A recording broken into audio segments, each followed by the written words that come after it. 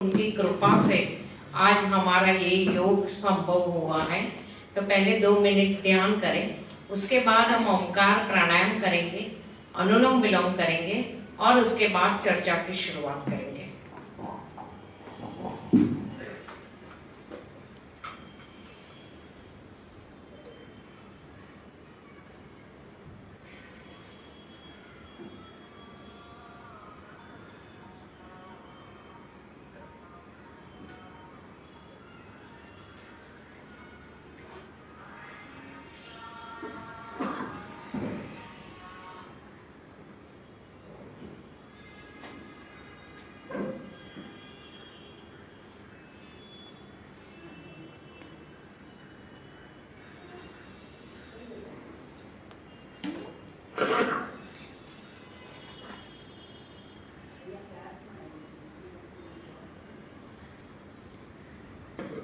ओम नमो गुरुदेव। माफी चाहता हूँ, एक आपसे बहुत रिक्वेस्ट है, 30 सेकंड में अपने मोबाइल सब साइलेंट पे रख दीजिए। आज एक भी घंटी बजना नहीं चाहिए मोबाइल की। 30 सेकंड आपको देता हूँ, मैं ज़्यादा समय नहीं लूँगा। मैंने देखा है कि आज कल आप सब ये अनुरोध मानते हैं, एक भी घंटी नहीं बजती है, क्योंकि जिस तरह का आप लेक्चर है, अभी हम मेडिटेशन जो करने जा रहे हैं, तो उसमें एक भी घंटी बजे तो हमारा कंसंट्रेशन जाता है। मैं माफी चाहता हूँ बीच में आपको रोका।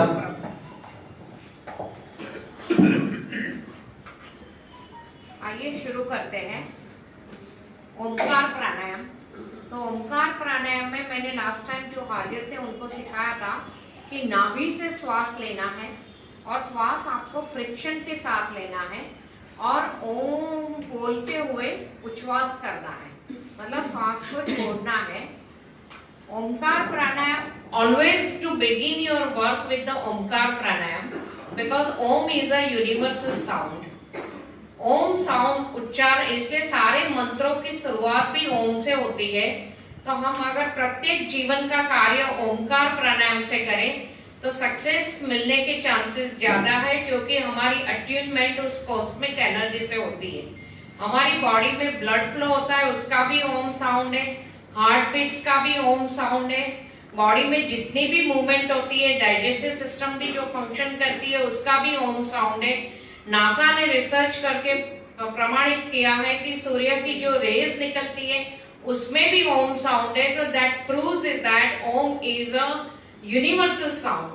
एंड आप जैसे ओमकार चांटेशन करते हो या प्राणायाम करते हो, ओम उभर के आता है। अगर आप ध्यान में इतने आगे जाओ तो आपको यूनिवर्सल ओम साउंड दिखाई देता है और ओम आपके सामने ब्राइट लाइट के ऊपर रूप में उभर के आता है। तो पहले हम ओमकार प्राणायाम करेंगे। आंख बंद करें,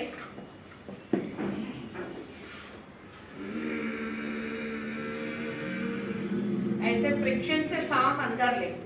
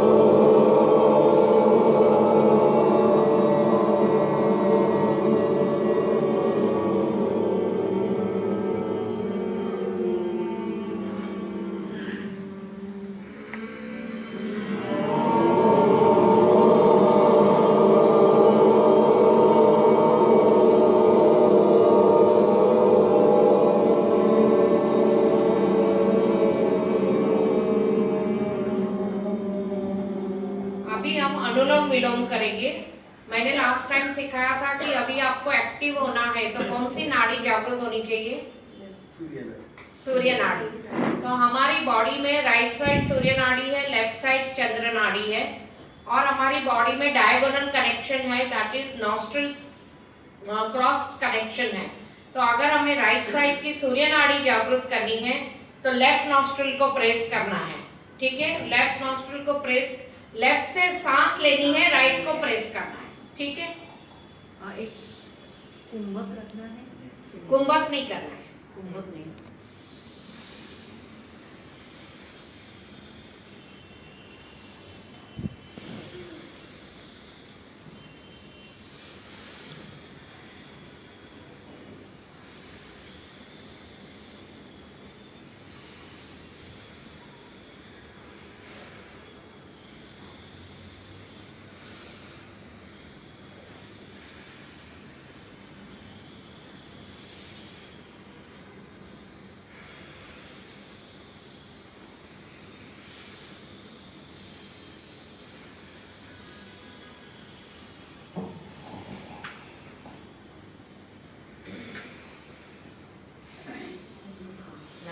हमारा आज की चर्चा का विषय है मनुष्य जीवन में यानी कि मानव जीवन में सेवा का महत्व। इसकी चर्चा शुरू करने से पहले मुझे कुछ पूर्व भूमिका बांधनी पड़ेगी, तो हम इस विषय को न्याय कर पाएंगे। उसके लिए हमें समझना पड़ेगा इन ब्रीफ मनुष्य जीवन की शुरुआत, उसके कारण और उस पे व्यक्तिगत कर्मों के प्रभाव को समझना पड़ेगा। हम बोलते हैं और शास्त्र में भी लिखा है कि प्रत्येक जीवात्मा परमात्मा का अंश है। Do you all agree? तो परमात्मा, आप नहीं एग्री करके वेद के विरुद्ध है ये बात। हाँ? ये बात वेद के विरुद्ध है। ओके, हम इस पे चर्चा एंड ऑफ द लेक्चर करेंगे। तो फिलहाल मैं शुरुआत करती हूँ, क्योंकि मैं 100% कन्विंस हूं कि हम परमात्मा के अंश। परमात्मा, तो फिर प्रश्न उठता है कि परमात्मा परफेक्ट आनंद स्वरूप, ज्ञान स्वरूप और ऊर्जा रूप है, तो जीवात्मा मतलब इंसान में काम, क्रोध, लोभ, मोह, मद, मत्सर, अहंकार जैसे अवगुण या तो एनर्जी से वो प्रभावित कैसे है। मैं अवगुण नहीं बोलूंगी, ये इनबॉर्न एनर्जीज है और उसकी प्रकृति आहार, भय, निद्रा और मैथुन से प्रभावित है। तो ये विरोधाभास क्यों? मंथन करने का विषय है कि ये विरोधाभास क्यों। तो रचना ऐसी हुई है कि परम तत्व जब पृथ्वी पे आते हैं अपना अंश के रूप में, तो उसने अपने आप को 3 शरीर और पंचकोश के आवरण में छिपा दिया। ये पंचकोश है अन्नमय कोश, प्राणमय कोश, मनोमय कोश, विज्ञानमय कोश और आनंदमय कोश। ये अन्नमय कोश यानी कि बाहर का शरीर, जो शरीर हम सबको दिखता है और जो समय समय पे अपना स्वरूप बदलता है। बाल्यावस्था में हमारी फोटो कुछ और थी, युवावस्था में कुछ और, वृद्धावस्था में कुछ और। तो ये अन्नमय कोश समय समय पे अपना स्वरूप बदलता है और समय आने पे नष्ट भी होता है। प्राणमय जो लिविंग एनर्जी है, जिससे हमारा सारे फंक्शन चलते हैं। मनोमय जिसमें वासनाएं, इच्छाएं, भावनाएं सब स्थित है। विज्ञानमय यानी कि सुपर इंटेलिजेंस, जिसको हम इंट्यूटिव फैकल्टी बोलते हैं, उसका स्थान है विज्ञानमय कोश, इसलिए उसको विज्ञान नाम दिया गया है, ज्ञान से ऊपर का विज्ञान। और ये विज्ञान यानी साइंस नहीं, सुपर इंटेलिजेंस को विज्ञानमय कोश अपने शास्त्रों में बोला गया है। और अल्टीमेट है आनंदमय कोश। आनंदमय कोश के घटक है जो प्रभावित है प्रिय, मोद, प्रमोद।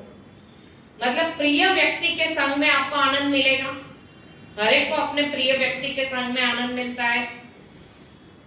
प्रिय, मोद, मोद यानी कि हम अपने मनपसंद फूड खाते हैं, हमें आनंद मिलता है।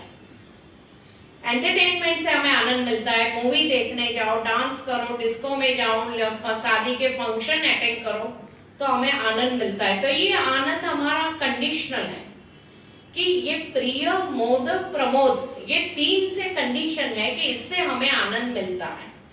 किंतु आत्मा तो परम आनंद स्वरूप है, वो बाहर आनंद नहीं ढूंढती, उसके अंदर ही आनंद है। तो ये सबके अंदर आत्मा है। अभी 3 शरीर है, स्थूल, सूक्ष्म और कारण शरीर।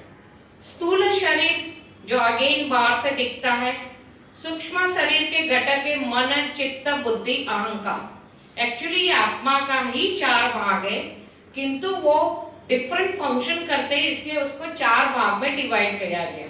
अभी मैं ज्यादा फिलोसॉफिकल ना जाए, एकदम simple day to day life के एग्जाम्पल में मैं बताती हूँ कि ये 4 कैसे काम करते हैं। मैं घर से निकली, मुझे जीवन सौरभ आज पहुंचना है, तो मन विकल्प देगा, रिक्शा से जाओ, कार से जाओ, चल के जाओ, ऐसे मन विकल्प देगा। चित्त पास्ट एक्सपीरियंस रिकलेक्ट करेगा कि मैं लास्ट टाइम कार से गई थी, एमटी सिग्नल में बहुत ट्रैफिक मिला, कार फंस गई, टाइम बहुत गया। तो मन फिर अगेन विकल्प देगा, रिक्शा से जाओ, ट्रैफिक मिला तो थोड़ा चल लेना, एक्सरसाइज भी हो जाएगी। तो बुद्धि डिसीजन दे, बुद्धि निर्णय लेती है कि हाँ मैं रिक्शा से जाऊंगी। अहंकार अप्रूव करता है, थप्पा मारता है कि हाँ रिक्शा से जाएंगे, ट्रैफिक मिला तो चल के जाएंगे। ऐसे मन, चित्त, बुद्धि, अहंकार चारों घटक काम करते हैं। बहुत ही सिंपल और सरल एक्सप्लेनेशन मैंने आपको दिया, ये आपको कोई शास्त्र में नहीं मिलेगा। मन, चित्त, बुद्धि, अहंकार पे बहुत शास्त्र लिखे गए हैं, जितना पढ़ोगे इतना कंफ्यूज होगे, पर इस सिंपल वे में मन, चित्त, बुद्धि, अहंकार काम करते हैं।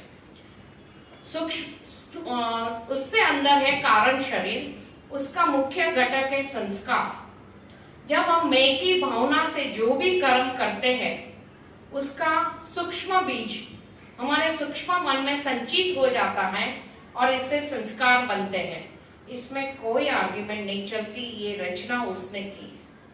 और ये संस्कार हमारे रीढ़ की हड्डियों में जो चक्र है, जिसको floppy disk of computer, human computer बोलते हैं, वहां वो संस्कार स्टोर होते हैं और वो हमारे स्वभाव को, हमारी भावनाओं को, हर एक को प्रभावित करते हैं।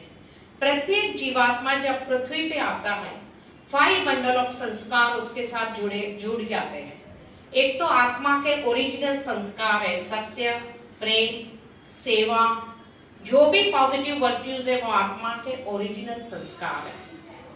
फिर वो जितने जन्मों की यात्रा करके आता है तो उसने जन्मों के संस्कार उसके साथ जुड़े रहते हैं। जिस कुल में पैदा होता है उस कुल के संस्कार उसको प्रभावित करते हैं।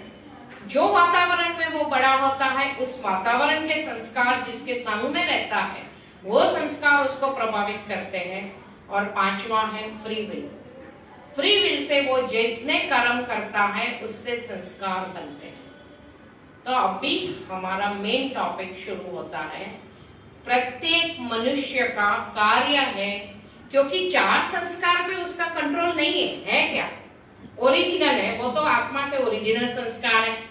जन्मों जन्म से क्या, अभी जो हो गया, जो स्टोर हो गया, उसको हम कुछ नहीं कर सकते।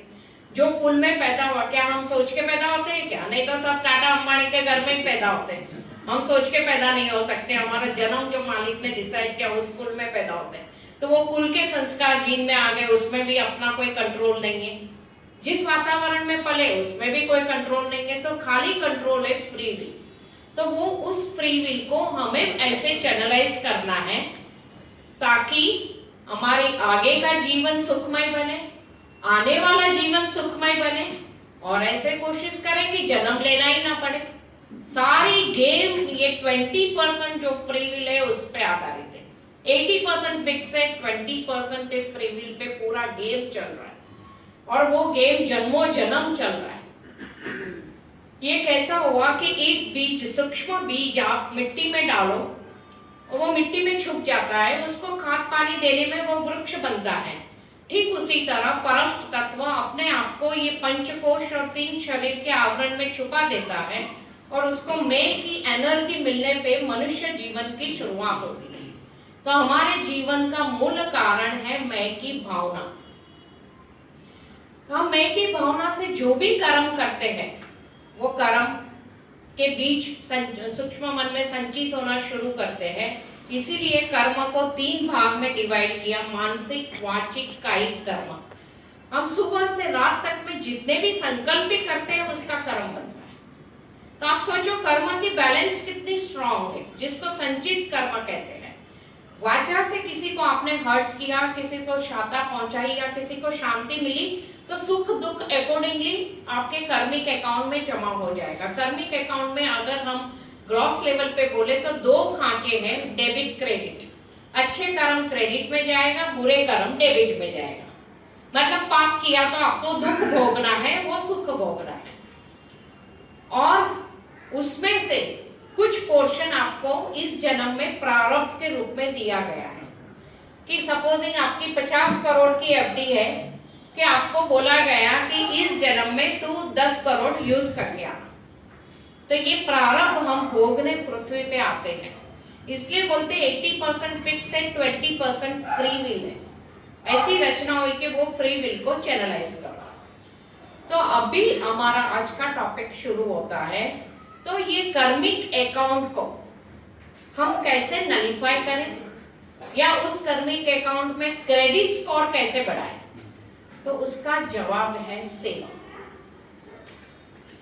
सेवा का गुण तो ओरिजिनली प्रत्येक के अंदर है, किंतु उसका आविर्भाव नहीं होता। जैसे मुझे आज सेशन की बिगिनिंग में बहुत अच्छी बात निकली कि इतनी अच्छी प्रार्थना है फिर भी लोग कम इंटरेस्ट दिखाते हैं, कि ऐसे लगता है कि मोनो हो गया। हम एक ही जीवन में एक ही दुख को हम कितनी बार रिपीट करते हैं। किसी ने हमें गाली दी या किसी ने हमारा अपमान सबके सामने किया, हम जिंदगी भर उसको पकड़ के रखते हैं और अकेला मौका मिला उसको बार बार पूरे देंगे कि इसको मैं मौका मिला बराबर करता हूं, बराबर है। तो एक पॉजिटिव चीज हम बार बार क्यों नहीं सुनना चाहते? पॉजिटिव चीज बार बार सुनने से हमारा कंप्यूटर ऐसा प्रोग्राम होता है कि वो सबकॉन्शियस माइंड में भी चलता रहता है। इसीलिए भगवान पतंजलि जिन्होंने योग का विज्ञान पृथ्वी वासियों को दिया, उन्होंने योग सूत्र में विभिन्न गुणों का वर्णन किया कि अगर ये गुण इंसान के अंदर डेवलप हो जाए तो उसके अंदर सेवा भाव जागृत हो। ये गुण है मैत्री, करुणा, मुदिता और उपेक्षा। मैत्री, सेवा मैत्री भाव से होती है ना। किसी से दुश्मनी रख के तो आप सेवा नहीं कर पाओगे, इसलिए बोलते हैं we all are children of divine. जब हम एक ही परम पिता के संतान हैं तो वसुधैवम कुटुंबकम की भावना होनी चाहिए कि सारे मेरे परिवार के सदस्य हैं। जब ये भावना होगी तब आप में कोई दुखी होगा तो करुणा आपका करुणा के आपके अंदर करुणा का भाव जागृत होगा, तब आप उसकी सेवा कर पाओगे। उसके बिना सेवा होगी। इसीलिए जीसस क्राइस्ट ने कहा someone slaps you on the left cheek, offer him right cheek. तो लोगों को लगेगा ये कौन सी नॉनसेंस बात है, कोई मुझे एक गाल पे थप्पड़ मारता है, मैं बोलते दूसरा गाल भी दो। रीजन क्या है? उनका हाईएस्ट डिग्री ऑफ फॉरगिवनेस था कि सामने वाला उबल रहा है क्रोध से, तो वो एक थप्पड़ मार के उसका क्रोध थोड़ा शांत हुआ, एनर्जी तो निकली तो थोड़ी, तो वो वॉल्यूम उसका कम हुआ। दूसरा दे दो, वो शर्मिंदा हो जाएगा कि उसको इफेक्ट, मतलब वो खुद सोच में पड़ जाएगा कि हो सकता है दूसरे पे भी लगा दे, पर देखना पहले पे जितना फोर्स से लगाया इतना दूसरे पे फोर्स पे नहीं लगेगा, बिकॉज कहीं ना कहीं उसकी आत्मा कचोटेगी। उसके अंदर भी तो वो भाव है, करुणा, सेवा, वो ओरिजिनल संस्कार है। गुजरात में मैंने सुना था, अभी वो संस्था कार्यरत है कि नहीं मुझे नहीं मालूम, एक सेवा नाम की संस्था थी। सेवा की वो संस्था के क्या करते थे कार्यकर्ता कि वो जेलों में जाकर जिनको फांसी की सजा हुई है वो अपराधी को भगवत गीता का संदेश सुनाते थे। क्योंकि गीता में लिखा है कि अंतिम समय में, जीवन के अंतिम क्षणों में आप जिस भाव में स्थित होकर अपना प्राण छोड़ोगे या जीवन त्यागोगे, उसी भाव से फर्दर जीवन कंटिन्यू होगा। तो ये लोग ये कार्य कर रहे थे कि कम से कम जो अपराधी मानस है उसने इतना बड़ा अपराध किया है कि उसको फांसी की सजा मिली, तो कम से कम वो अपराध भाव का प्रायश्चित करे ताकि उसकी आगे का जीवन सही हो। इस जन्म में तो फांसी निश्चित है। कितनी बड़ी सेवा। आज कोई फांसी का अपराधी हो तो समाज उसको नफरत करेगा, ये लोग उसकी सेवा करते हैं, जिसको बोलते हैं हाईएस्ट डिग्री ऑफ सेवा। भगवान बुद्ध एक बार जंगल में जा रहे थे लोगों ने बोला इस वन में मत जाओ महाराज, क्योंकि यहाँ अंगुलीमल नाम का लुटेरा रहता है, वो लोगों को मार के उसकी उंगली काट के गले में माला पहनता है। बुद्ध ने नहीं सुना, वो मुस्कुराए और चल पड़े। सही में अंगुलीमल मिला और उसने कोशिश की उनको मारने की, पर बुद्ध की प्रतिभा और उनमें इतना शांति की ऑरा थी कि वो उनके चरणों में गिर गया। बुद्ध ने उसको नफरत नहीं की, उसका भी स्वीकार किया, सिर्फ उसको भी साधक के रूप में स्वीकार किया। कर्मों का फल तो भोगना पड़ता है। बाद में उसको उसी गांव में भेजा जहां के लोगों को उसने मारा था भिक्षांदेही करने, क्योंकि बुद्ध तो सन्यासी थे, तो भिक्षांदेही तो करना पड़ता है। तो उसको उसी गांव में भेजा जहां के लोगों को उसने मारा था। वो लोगों ने उसको बहुत गालियां दी, बहुत पिटाई की, मार पिटाई की। अगर आपने किसी को मारा है तो मार तो खानी पड़ेगी, यो को लॉ ऑफ कर्म है। तो वो सब उसके कटवाए, वही अंगुलीमल फाइनल जाके दीक्षा लेके आगे बढ़ा और उसको भयंकर अपराधी को भी मौका दिया गया। हमारी जस्टिस सिस्टम भी उसी पे कार्य करती है कि 100 गुनहगार छटक जाए पर एक निर्दोष को सजा नहीं होनी चाहिए। उसी पे हम बहुत लोग उससे विरोध में भी है कि justice delayed is justice denied, but let us not argue over it. But कोई भी निर्दोष को सजा होगी वो तो बहुत बड़ा पाप है। तो पहला गुण है मैत्री, दूसरा गुण है करुणा। करुणा की वजह से ही जितने भी महान पुरुष हो गए, जो नाम हिस्ट्री में है, सबने तो इतनी आध्यात्मिक प्राप्तियां कर ली थी, उनको कोई जरूरत नहीं थी पृथ्वी पे विचरण करके लोगों की सेवा करे, उनका दुख दूर करे, क्योंकि उन्होंने तो प्राप्ति कर ली थी। किंतु करुणावश उन्होंने सेवा की, जब तक जान में जान रही सेवा में अपना जीवन व्यतीत किया।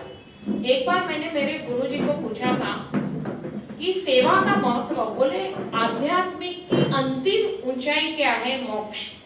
मोक्ष प्राप्ति के लिए भी सेवा करनी है और मोक्ष के बाद भी आप क्या करोगे? सेवा।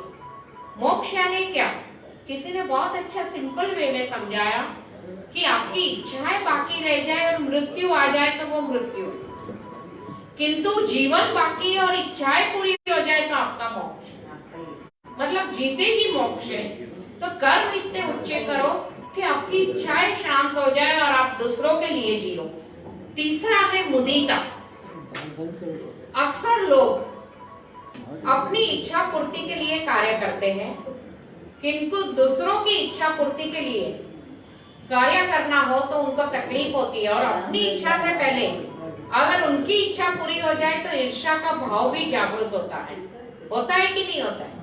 तो मुदिता, जब आप दूसरों की इच्छा पूर्ति, दूसरों के सुख के लिए कार्य करोगे तो ईर्ष्या से मुक्ति पाओ, जो बहुत बड़ी प्राप्ति है। काम, क्रोध, लोभ, मोह, मद, मत्सर, अहंकार, ये सब एनर्जीज है जो प्रत्येक जीवात्मा के साथ लागू है। खाली इस एनर्जी को हमें प्रॉपरली चैनलाइज करना है। उपेक्षा, उपेक्षा यानी क्या? इंसान की उपेक्षा नहीं है। अक्सर ध्यान लगाओ तो बड़े चाव से दूसरों की निंदा में टाइम व्यतीत करते हैं। कोई सामने आया, उसकी गलती हुई, गलती का विवरण कितना करेंगे और उसका टेस्ट भी लेंगे। तो हमें दूसरों की अवगुण को नहीं देखना है, उसके गुण को देखना है, क्योंकि हम भूल जाते हैं कि एक उंगली अगर हमने सामने वाले की ओर की, हम ऐसे करते हैं, 4 उंगली तो मेरी ओर है। और कंप्यूटर, आप देखना, कंप्यूटर कोई भी चीज, प्रोग्राम, अगर जो फीड है उसी अनुसार वो कोई ऑब्जेक्ट आइडेंटिफाई करता है।